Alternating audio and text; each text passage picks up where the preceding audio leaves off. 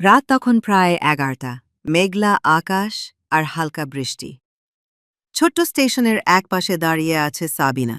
হাতে ভাঙা ছাতা আর ভেজা কাঁধে কাঁপতে কাঁপতে সে শেষ ট্রেনের অপেক্ষা করছে। চারপাশে আর কোনো যাত্রী নেই, শুধু স্টেশনের লাইট আর দূরের ঝিঁঝি পোকার ডাক। হঠাৎ মৃদু আওয়াজ, ট্রেনের হর্ন। দূরে আলো দেখা যাচ্ছে। সাবিনার মুখে একটুখানি হাসি ফুটল। ট্রেন থামল, দরজা খুলল। সাবিনা দৌড়ে উঠল ট্রেনে, জানলার পাশে বসল। ট্রেন ছাড়ল ধীরে ধীরে, স্টেশন পেছনে ফেলে। বাইরে বৃষ্টি পড়ছে ছিমছাম, কিন্তু ট্রেনের জানালা দিয়ে আসা বাতাসে সাবিনার মনে শান্তি। সে জানে অজানা গন্তব্যে রওনা দেওয়ায় মাঝে মাঝে জীবনের সবচেয়ে বড় সাহসের গল্প হয়ে যায়। ট্রেনের আলো আধারি কামরায় বসে সাবিনা জানলা দিয়ে বাইরে তাকিয়ে থাকে।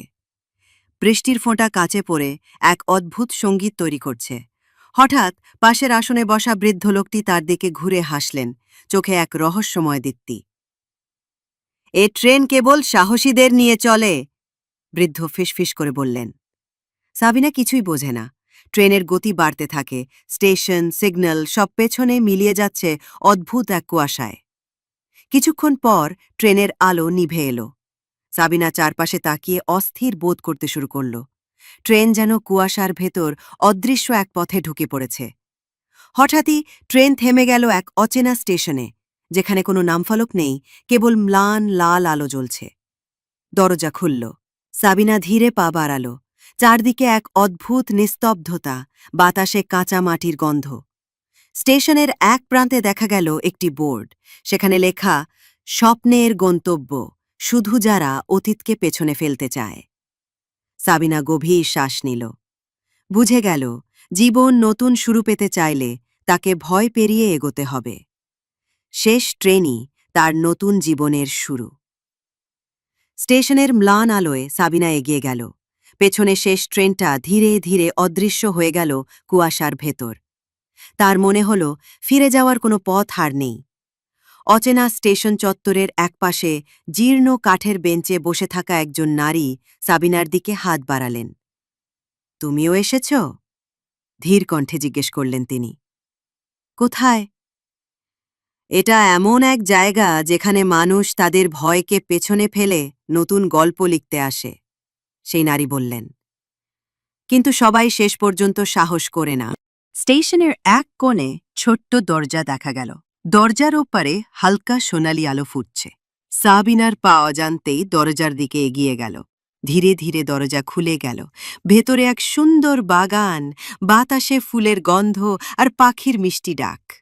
হঠাৎ সাবিনার মনে হল, এই জায়গাটি তার মনের সেই অংশের প্রতিফলন যেটি সাহস আর শান্তির জন্য বহুদিন ধরে অপেক্ষা করছিল।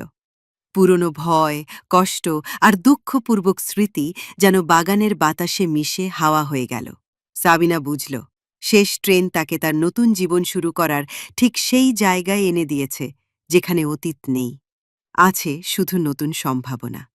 সাবিনা বাগানের ভেতর দিয়ে হাঁটতে হাঁটতে দেখতে লাগল রঙিন ফুলের সমারোহ, ছোট ছোট জলপ্রপাত আর ঝিরঝিরে ধারা। বাতাসে যেন এক অদ্ভুত শক্তি যা তাকে বল দিচ্ছিল।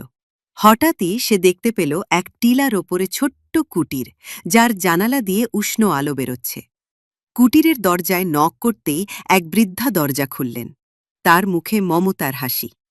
তোমার জন্যই তো অপেক্ষা করছিলাম, বললেন বৃদ্ধা। প্রতিটি সাহসী যাত্রী একদিন এখানে আসে। এ বাগান শুধু তাদের জন্য যারা ভয়কে জয় করতে পারে।